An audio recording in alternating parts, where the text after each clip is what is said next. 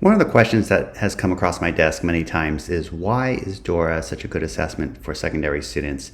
And I'm going to explain this in terms of test bias. Most assessments out there, especially for secondary students who are middle school and high school, sort of integrate vocabulary and comprehension strategies together in a simple measure, which is readability.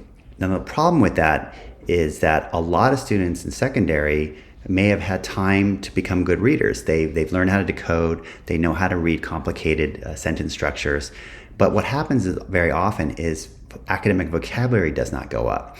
And so we estimate that half of secondary students who show up as low in reading are misdiagnosed, and it's actually not reading, it's actually academic vocabulary. And the way we combat this and the way we're different is, first of all, DORA is a multiple measure assessment. But in our comprehension passages in our assessment, the first grade to 12th grade passages, we actually do not embed high vocabulary. Because the reality is, if you get a question like, did the eloquent man speak well? And then you have a question or answers, you don't know that if you don't know the vocabulary of that word. And so that's not really testing your comprehension skills, that's testing your vocabulary. So we pull tough vocabulary out of our passages, but we still keep the same readability, 1st through 12th grade, and we have a separate vocabulary measure that'll actually tell.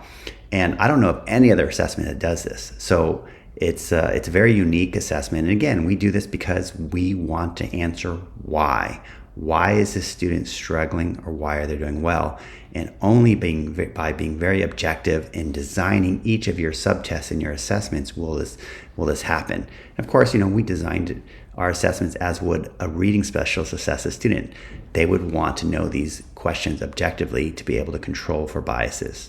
All right, thank you very much.